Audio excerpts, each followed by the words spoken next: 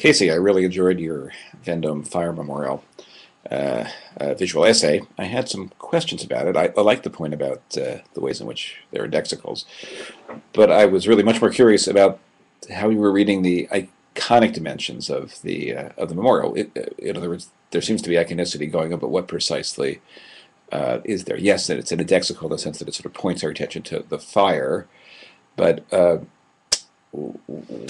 what's iconic about it? I mean, one obvious way, you mentioned the Durkheimian collective effervescent aspects of all of this, a sense of unity that comes with the bell and so forth, and of course with shared sacrifice.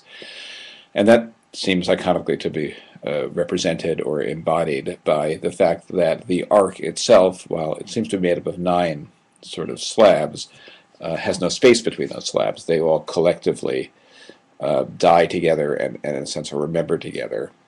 So that unity is expressed. Wasn't quite clear how the ark itself, what it was iconic of, except a sort of sense of enclosure perhaps, although also open.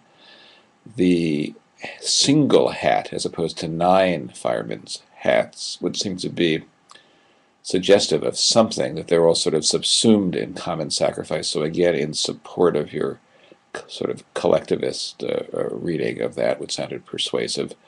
Those points could have been perhaps more clearly brought out with more precise editing. In other words, there wasn't quite a matchup between the words and the reading of the image. I know that's difficult, but it might be something to continue to work on, although I thought many of the images were extremely helpful. Of course, the references to Durkheim, very helpful, but the whole question about sacrifice and even the notion of sort of burnt offerings, as horrific as that is, what kind of a Holocaust this was, and does that intensify the sense of a kind of male solidarity, perhaps even bringing in some of Nancy J. on Throughout Your Generations Forever, in reference to sacrifice would be useful.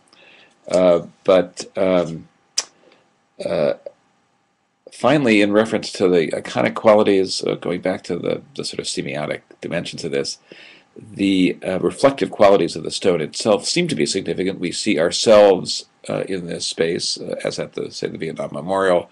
Is that just coincidental, or is that sort of overdetermined so that we have a sense of being on the sort of shadow border zones between life and death, that we see ourselves reflected in our own lives and the standing of the buildings behind us, safeguarded by the firemen.